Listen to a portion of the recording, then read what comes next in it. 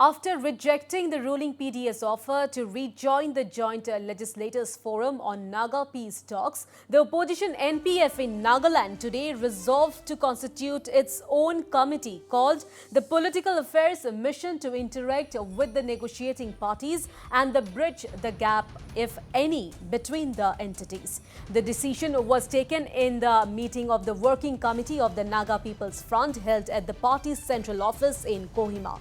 The closed-door meeting, which lasted for around 4.5 hours, was chaired by party president Shurhozeli Lizatsu. And talking exclusively to Northeast Live, after the meeting, NPF president Lizatsu said that this is a very crucial phase for settlement of the Naga issue. And while the NPF appreciated the PDS invitation to join the Joint Legislators Forum again, it was too late in the day to do so. He also informed that the NPF Working Committee during the meeting adopted a 6-point resolution. There was no particular agenda. This is the first meeting of the Working Committee during the year. And therefore, we discussed various issues. With regard to the Joint Legislative Forum, the PDA in their meeting had also extended their invitation to the NPF legislators to rethink on their withdrawal. So what decision has been taken today? Will NPF rejoin the JLF, or a different body, like you have mentioned, will be formed from the MLAs? Well, from their party side, requesting our MLAs to rejoin, I think it's a very good gesture, but it's too late because we have already decided to go ahead with our own program. Well, the NPF president added that the party fully endorses the decisions and actions of its legislators to boycott the one-day assembly session and withdrawing from the Joint Legislators Forum.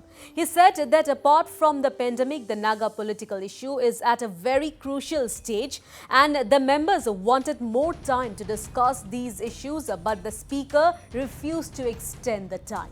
He was of the opinion that JLF is a very important body which can influence different agencies, and the NPF legislators had pressed for JLF meetings a number of times to discuss these issues, but the Chief Minister did not give any proper attention. This committee across, without taking the party into the different parties into one body, this body is very, very important to influence different agencies. And so NPF, MLS, they have pressed for JLF meeting a number of times to discuss these issues. But the leader, the chief minister, did not give any proper attention to it. So they have decided to withdraw, and we have endorsed their decision. And commenting on the overall political scenario, Lizatsu said that different agencies put up different agendas and ideas to confuse the situation, but for NPF, the stand is clear, a settlement which is honorable, acceptable and inclusive. Different people, different agencies, sometimes they put up different agendas, different ideas to further confuse the situation. As for my party, we are very simple. Regionalists are very simple always. And so our political stand is we want a settlement that is honorable, that is acceptable, and that is inclusive. And further commenting on the dual role played by the Governor R.N. Ravi, the NPF president said that people should not mix two roles. The president was of the view that the governor had rightly pointed out that law and order in the state has collapsed, and added that extortion and Naga political issue were two different things, and when underground cadres are involved in extortion, it falls under the state law and order, which should not be mixed up with the Naga political issue. It's been been a lot of hue and cry with regard to the hard-hitting letter of the governor to the chief minister, as well as the directive of the from the governor to give out list of all the keens and family members of the underground from the government employees. What do you have to say on the dual role which is being played by the governor? You know, the governor is playing the dual role. These two roles should not be mixed up by the public.